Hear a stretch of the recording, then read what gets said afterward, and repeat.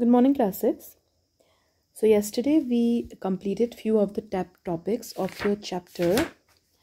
That was chapter number 6, New Questions and Ideas. हमने इसमें पढ़ा था स्टोरी ऑफ बुद्धा, गौतम बुद्ध के बारे में पढ़ा था, कैसे उन्होंने बुद्धिज़्म को स्प्रेड किया, जो स्पिरिचुअल मूवमेंट था वो किस तरीके से आगे बढ़ा और उनकी लर्निंग, उनकी टीचिंग्स में क्या क्या चीज़ें इंक्लूड थी.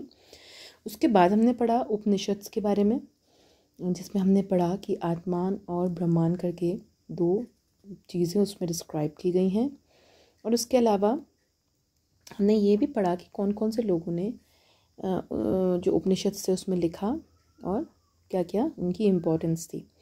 आज का जो टॉपिक है, आज का जो हमारा टॉपिक है दैट इज़ जैनिज़्म. क्या है? जैनिज़्म. तो आज हम ये पता लगाएंगे कि जैनिज़्म कैसे, जो रिलीजन था जैनिज़्म, वो कैसे इस दुनिया में आया और उसको प्रमोट करने वाले लोग कौन कौन थे. तो जैनिज़्म एक्चुअली है क्या? जैनिज़्म एक रिलीजन है, एक धर्म है जो हमारे देश से शुरू हुआ था. तो according to the Jainism, the last and the 24th tirthankara of the Jains.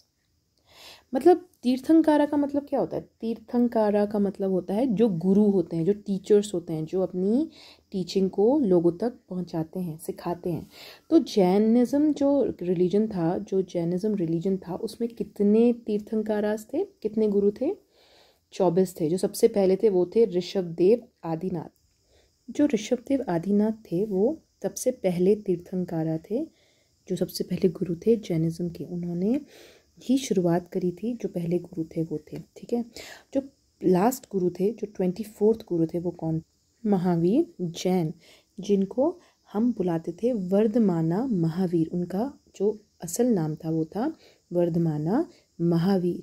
वो 24th तीर्थंकारा थे जैन्स के, मतलब 24th गुरु थे.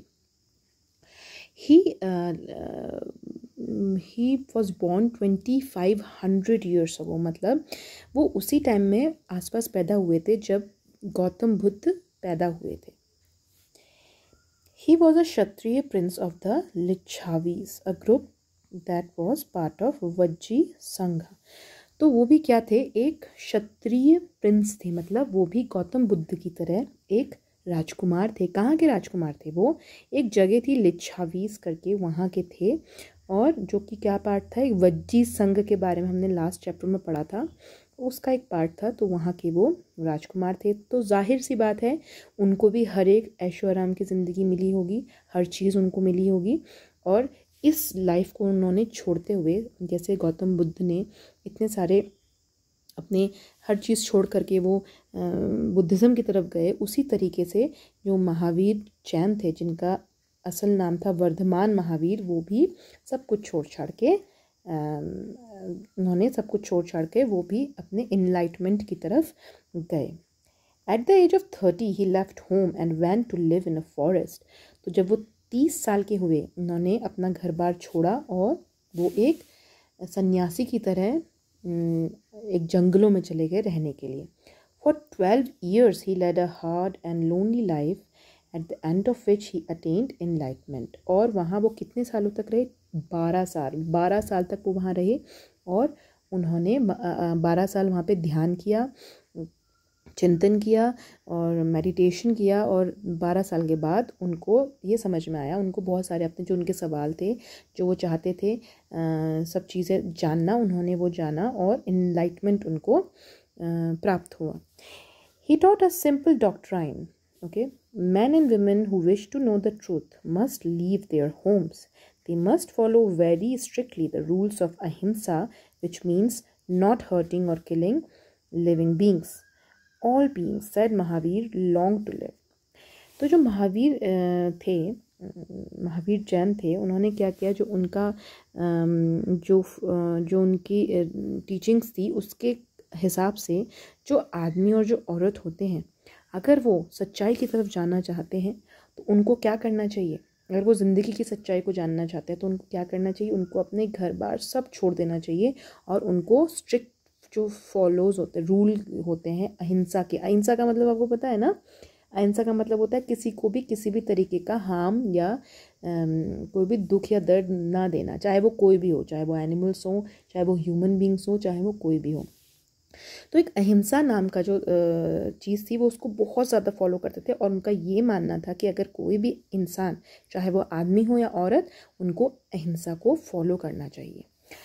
To all the things life is dear. Ordinary people could understand the teaching of Mahavir and his followers because they used Prakrit. अच्छा, उन्होंने ये सारे के सारे जो रूल्स थे, जो इसके गाइडलाइंस थी जैनिज़्म की, उन्होंने किस फॉर्म में लिखी?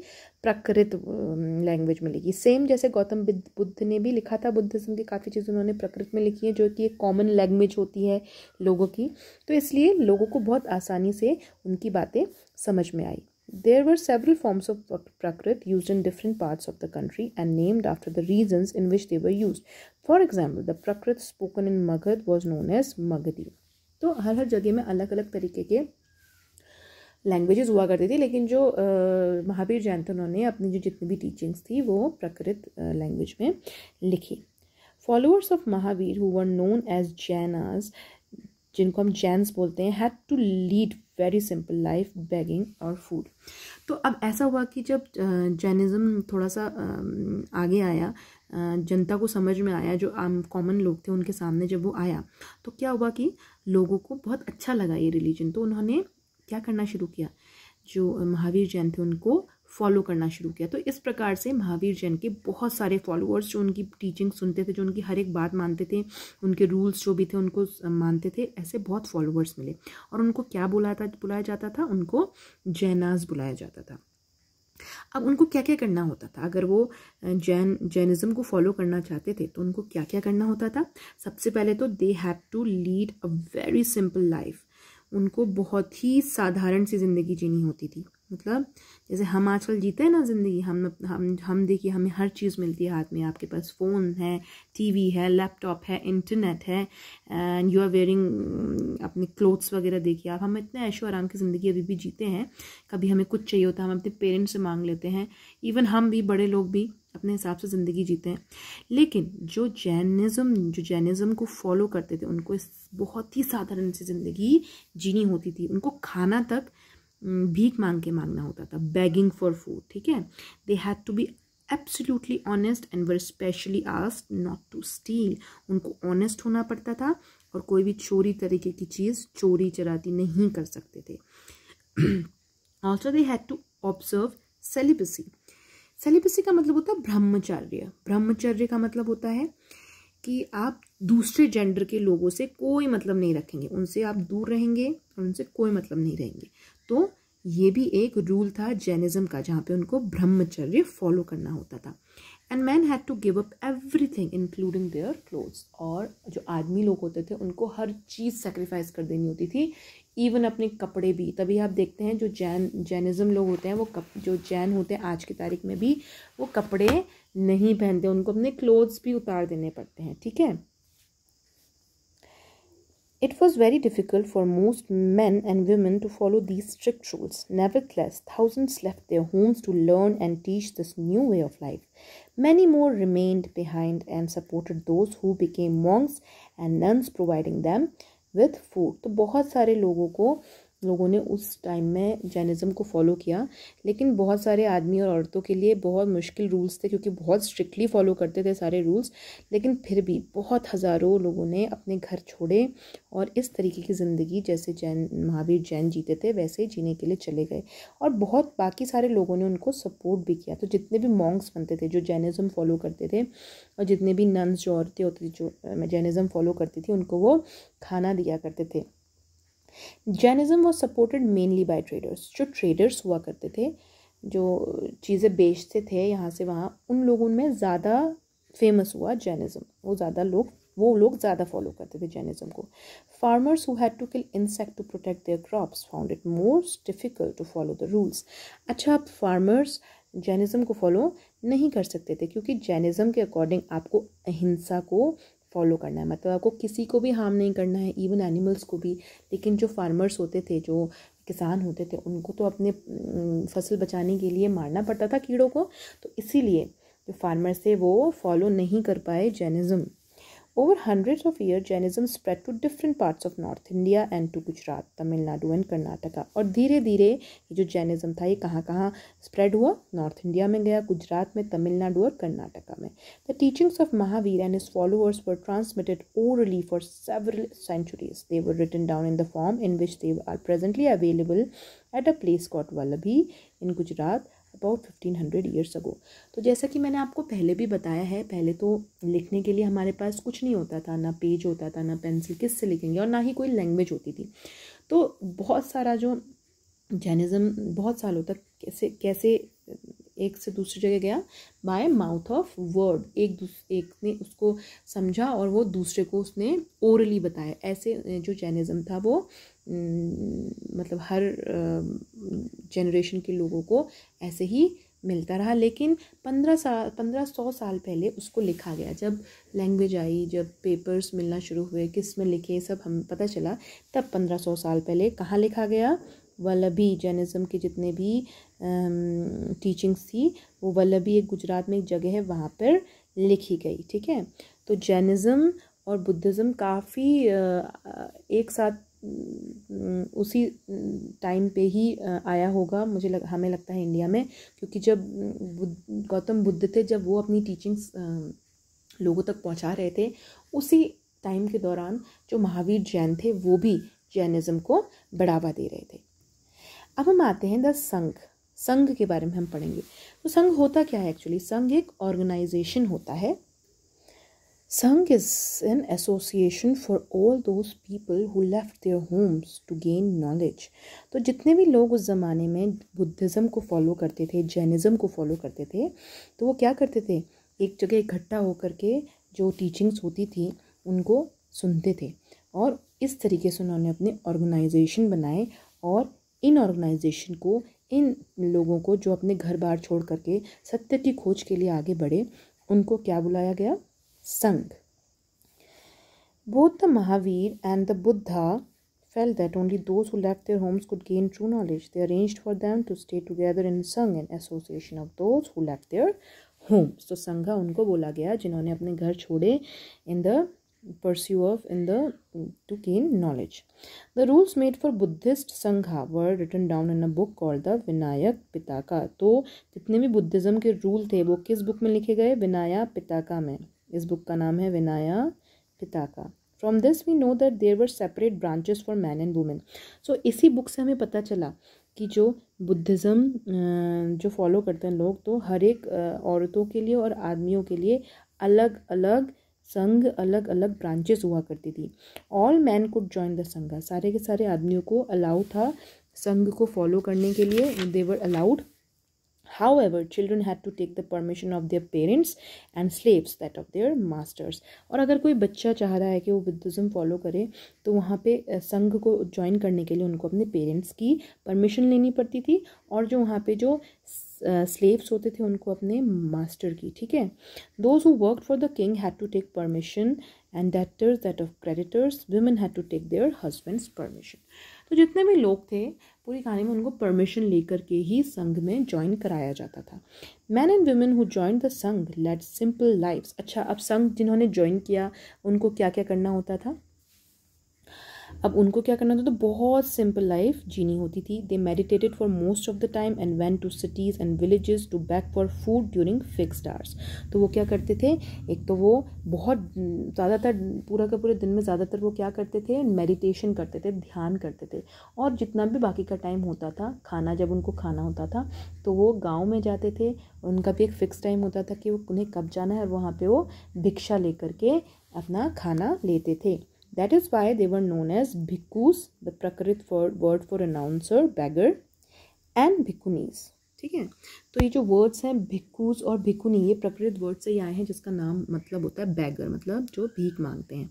They taught others and helped one another. तो जितने भी लोग संघ में थे इन्होंने अपनी जो टीचिंग थी वो औरों तक पहुंचाई और एक दूसरे की मदद करी. They also held meetings to settle any quarrels that took place in the संघा. संघ में जितनी भी कभी कभी कोई लड़ाइयाँ हो जाती थी या कोई भी किसी भी तरीके का मिसकम्युनिकेशन होता था, तो वो क्या करते थे? डिस्कशन के थ्रू इन सारी प्रॉब्लम्स को सॉल्व करते थे. Those who joined the Sangh included Brahmins, Kshatriya, merchants, laborers, barbers, courtesans, and slaves. Many of them wrote down the teachings of the Buddha. Some of them also composed beautiful poems describing their life in Sangha. इन सारे के सारे लोग जो थे वो संघ में include किए जाते थे और उन्होंने क्या किया, जो भी बुद्धा की टीचिंग थी उन्होंने लिखनी शुरू करी और बहुत सारी ब्यूटीफुल पोएम्स भी बनाई। तो इस तरीके से हमें संघ के बारे में इस चैप्टर से पता चलता है। Now we have another topic and this is called monasteries. क्या बोलते हैं हम? मोनास्ट्रीज। मोनास्ट्रीज आपने बहुत सारी देखी भी होंगी।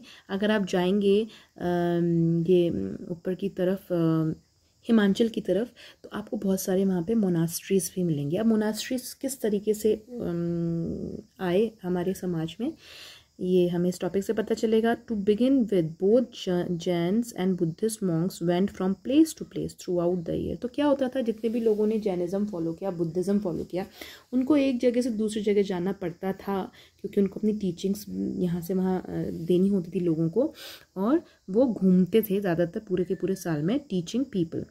The only time they stayed in one place was during the rainy season and it was very difficult to travel. और वो एक जगह में तभी रहते थे वो जब मॉनसून हो रहा होता था, जब ट्रैवल करना बहुत मुश्किल हो जाता था, तभी वो एक जगह में स्टे करते थे। Then their supporters built temporary shelters for them in gardens और they lived in natural क्लेव्स in hilly areas. तो जब वो एक जगह पे रहते थे मॉनसून के टाइम में, तो उनके जितने भी सपोर्टर्स हुआ करते थे, जितने भी लोग जिन जैनिज़्म को जो सपोर्ट करते थे, आज जो आम लोग थे, उन्होंने क्या बनाना शुरू किया इनके लिए बनाना शुरू किया टेम्प्रेरी शेल्टर्स, मतलब अपने गार्डन में बना दिया कि आएंगे रहेंगे, या केव्स में भी वो रहते थे। As time went on, many supporters of the monks and nuns and they themselves felt the need for more permanent shelters and so monasteries were built। तो टाइम के चलते चलते क्या हुआ, ये टेम्प्रेरी शेल्टर्स भी अब ज़्यादा टाइम तक तो टिक नहीं पाते थे और केव्स में भी कोई कब तक रहेगा, तो इन्होंने क्या किया, एक परमानेंट शेल्टर्स बनाना शुरू किया। और यहाँ से जो परमानेंट शेल्टर्स थे वो हमारी सोसाइटी में आना शुरू हुए, जिसको हमने बोला मोनास्ट्रीज। तो यहाँ पर कौन आते थे, जितने भी मॉन्क्स होते थे जिन्होंने अपना घर बार छोड़ा है, जो सत्य की खोज में निकल चुके हैं आगे, जितने भी नन्स, जितनी भी औरतें थी जो जैनिज़्म और बुद्धिज़्म को फॉलो करते थे, आदमी और औरत, उन लोगों के लिए ये मोनास्ट्रीज बनाई गई। These were known as viharas, इनको विहाराज भी बोला जाता था। The earliest vihara were made of wood and then of brick. Some were even caves that were dug out in hills, especially in western India।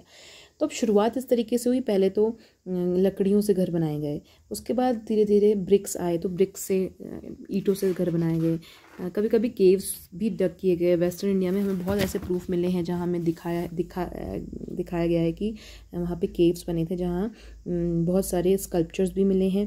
Very often the land on which the vihara was built was donated by a rich merchant और a land owner और the king. ज़्यादातर क्या होता था, जो land vihara के लिए दिया जाता था वो कौन डोनेट करता था, बहुत या तो वो उस सोसाइटी का बहुत बड़ा रिच आदमी होगा, या कोई लैंड ओनर होगा, या फिर किंग होता था। तो जितने भी अमीर लोग होते थे, क्योंकि उनके पास पैसे बहुत होते थे, लैंड बहुत होती थी, तो ज़्यादातर वो लोग ये लैंड जो होती थी वो डोनेट करते थे मोनास्ट्रीज बनाने के लिए।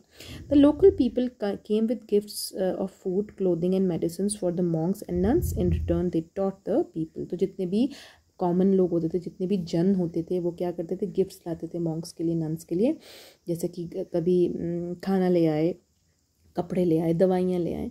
तो इसके बदले में जो मॉन्क्स और नन्स होते थे वो उनको अपनी टीचिंग, अपने जो भी उन्होंने अभी तक सीखा है वो उनको सिखाते थे। Over the century Buddhism spread to many parts of the subcontinent and beyond. और इस तरीके से जो बुद्धिज्म था वो कई पार्ट्स में, कई सब कॉन्टिनेंट्स में स्प्रेड हुआ। और इसी दौरान सिस्टम ऑफ आश्रम्स भी बनने शुरू हुए। हमने बहुत आश्रम्स देखे हैं, हमारे कंट्री में ही बहुत सारे आश्रम दिखते हैं। तो around the time in Jainism and Buddhism were becoming popular, Brahmans developed the system of ashramas. तो इसी दौरान जब जैनिज्म और बुद्धिज्म सोसाइटी में आने लगा, उसी दौरान जो ब्राह्मण्स थे हमारी सोसाइटी में, उन्होंने कौन सा सिस्टम शुरू किया, आश्रम बनाने का। Here the word ashram does not mean a place where people live and meditate. जो यहाँ पे जो आश्रम का मतलब ये नहीं होता था कि कोई ऐसी जगह जहाँ पे लोग रहें और जहाँ पे वो मेडिटेट करें। It is used instead for a stage of life. ये एक स्टेज ऑफ लाइफ के लिए यूज़ किया जाता था। 4 आश्रम्स आर रिकॉग्नाइज्ड, ब्रह्मचार्य, गृहस्थ, वनप्रस्थ and समन्यास। Brahmins, Kshatriya and Vaishya men were expected to lead simple lives and study the Vedas during the early year of their life. तो ब्रह्मचर्या में क्या होता था, अब स्टेजेस ऑफ लाइफ हैं ब्रह्मचर्या में, मैंने जैसे आपको बताया, एक तो क्या होते थे, स्टडी करते थे वेद्स को, और बहुत ही सिंपल लाइफ जीते थे। ऐसे ही गृहस्थ आपने सुना होगा, स्टेज होती है they had to marry and live as householder, घर में अपनी फैमिली बढ़ाओ और अपने गृहस्थ आश्रम को करे। ऐसे ही vanaprastha ashram, they had to live in the forest, यहाँ पे उनको वनप्रस्थ में उनको जंगलों में रहना पड़ता था और वहाँ मेडिटेट करना पड़ता था। और एक होता था समन्यसेंस। समन्यसेंस क्या होता था, they had to give up everything, वो हर चीज़ अपनी त्याग करके उनको बोलते थे समन्यसेंस। The system of ashrams allowed men to spend some part of their lives in meditation. Generally women were not allowed to study the Vedas and they had to follow the ashram chosen by their husband. So ये जो आश्रम से जैसे कि बताया stages of life के लिए use किए जाते थे, 4 तरीके के स्टेजेस ऑफ लाइफ थे, एक तो ब्रह्मचर्य, गृहस्थ, वनप्रस्थ एंड समन्यासिंस, ठीक है। और आश्रम जो होते थे ज़्यादातर आदमी लोग ही इस्तेमाल करते थे। औरतों को अगर आश्रम में आना था तो उनको क्या करना पड़ता था, उनको अपने हस्बैंड से परमिशन लेनी पड़ती थी। So this is the end of your chapter number 5, new questions, chapter number 6 sorry, new questions and ideas। इसमें आज आपने पढ़ा कि जैनिज़्म के बारे में पढ़ा, किस तरीके से जैनिज़्म हमारी सोसाइटी में आया, संघ के बारे में हमने पढ़ा, मोनास्ट्रीज़ क्या होती हैं ये पढ़ा, और मोनास्ट्रीज़ के अलावा हमने आश्रम्स के बारे में भी पढ़ा, ठीक है। तो आज का आपका होमवर्क ये है कि आप लोगों को ये जो चैप्टर है ये ढंग से रीड करना है, पूरा का पूरा इसको रीड करिएगा, और जितना भी जिस तरीके से मैंने समझाया है आप उसको देखिएगा। इसके अलावा जितने भी आपके ये ब्लू उसमें पैराग्राफ्स हैं अलग अलग ब्लू कलर में, देखिए आप देखेंगे अपने इसमें येलो में ऐसे ना, जैसे ये हो गया एक जो है ये है, ये सारे के सारे पढ़िएगा, ठीक है। And tomorrow we will do the question answers of this chapter. So see you all tomorrow, take care and have a good day.